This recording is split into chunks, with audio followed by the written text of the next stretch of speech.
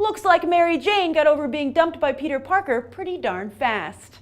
You're watching Beyond the Trailer's review of The Spectacular Now. I gotta tell you, Sutter, Amy Finicky is just a strange choice for a rebound. You're 17 years old. You don't have an ex-boyfriend? No. Really? Sutter, guys don't look at me like that. I'm like... Yeah, absolutely, guys look at you like that. No. Amy, you're absolutely beautiful. Oh my God, no. And if she falls for you, what happens then? My sister, she's having this like fancy dinner party. Would you want to go with me? Yeah, what time? It's 10 minutes. Oh, 10 minutes from now. Yeah. I think it's good to have dreams, don't you? To dreams. This is why agents deal in multiples in Hollywood. After The Secret Life of the American Teenager star made her silver screen debut in the Oscar-winning The Descendants, her team, as the lingo goes, used that momentum to land her several other projects, all of which were eager to have a critically acclaimed actress in their cast. One of those projects was The Amazing Spider-Man 2 as Mary Jane, but she also landed the coveted lead in the Hunger Games-esque Divergent, as well as this indie flick, The Spectacular Now. So with Spider-Man just recently falling through very publicly, here are these two other movies to keep her career afloat. Divergent had a major presence at San Diego Comic-Con, while she and Spectacular Now co-star Miles Teller won the U.S. Dramatic Special Jury Award for acting at Sundance. The Spectacular Now, based on the novel by Tim Tharp, is the second high-profile movie this year after Warm Bodies to pay homage to John Hughes. Indeed, while Hughes' The Breakfast Club, Pretty in Pink, and Ferris Bueller's Day Off are often overshadowed by his later family-oriented work, like Uncle Buck, Christmas Vacation, and Home Alone, his teen dramas are so good they are worthy of being their own genre. Yet while The Breakfast Club and Ferris Bueller were both box office successes, Hughes' smaller teen dramas didn't fare quite as well, a fate these homages are sharing. Warm Bodies only made about $66 million here in the US, while the slightly darker yet still Hughesian The Perks of Being a Wallflower only brought in a little under $18 million.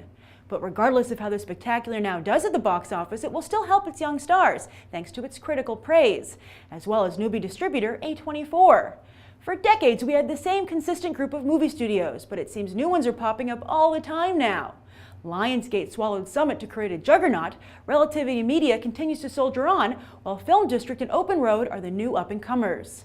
As for A24, their debut year has been truly a spectacular now. After a slow start with a glimpse inside the mind of Charles Swan III in Ginger and Rosa, A24 made serious headlines with Spring Breakers and then The Bling Ring. And after The Spectacular Now, they've got Robert Pattinson's upcoming Australian thriller, The Rover. Looks like A24 is the house that artistic teen angst built. So in the opening, I compared this film to John Hughes' works, and also, Miles Teller has a definite John Cusack vibe, and he rose to prominence making that kind of film as well. And there are similarities, but after watching it, I felt this was a really good companion film, actually, with another high-profile indie film from Sundance, and that is Fruitvale Station. But hear me out. Now, I know on the surface this might, Spectacular Now seems like the white people problem version of Fruitvale Station. But when you really think about it, both movies showcase two young men who are really their own worst enemy, and they both deal with a problem in society. I mean, obviously, Fruitvale Station deals with the much more pressing problem where lives are actually at stake, life and death.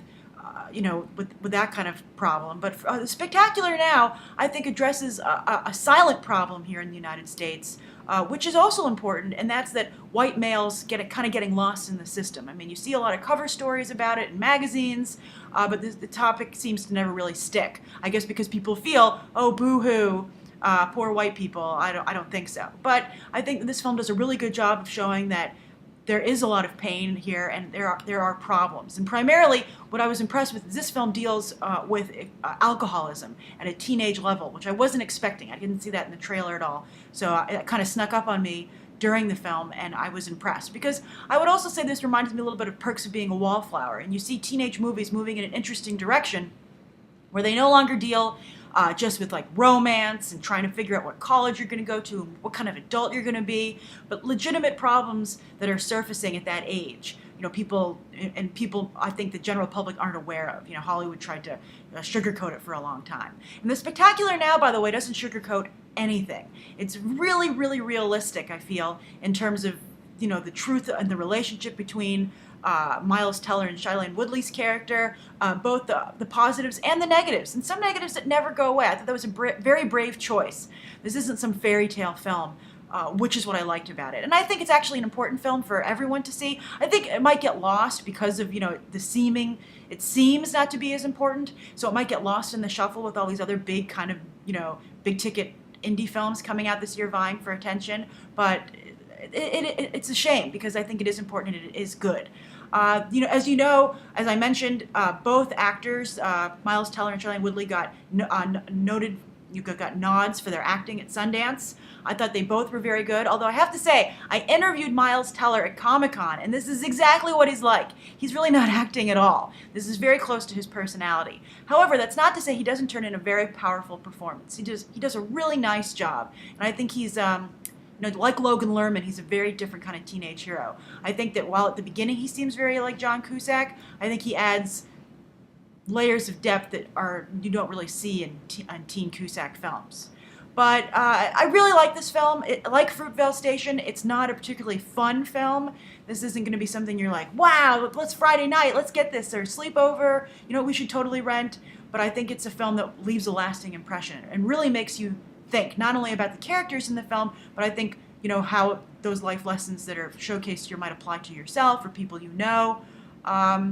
Dark stuff, but compellingly done.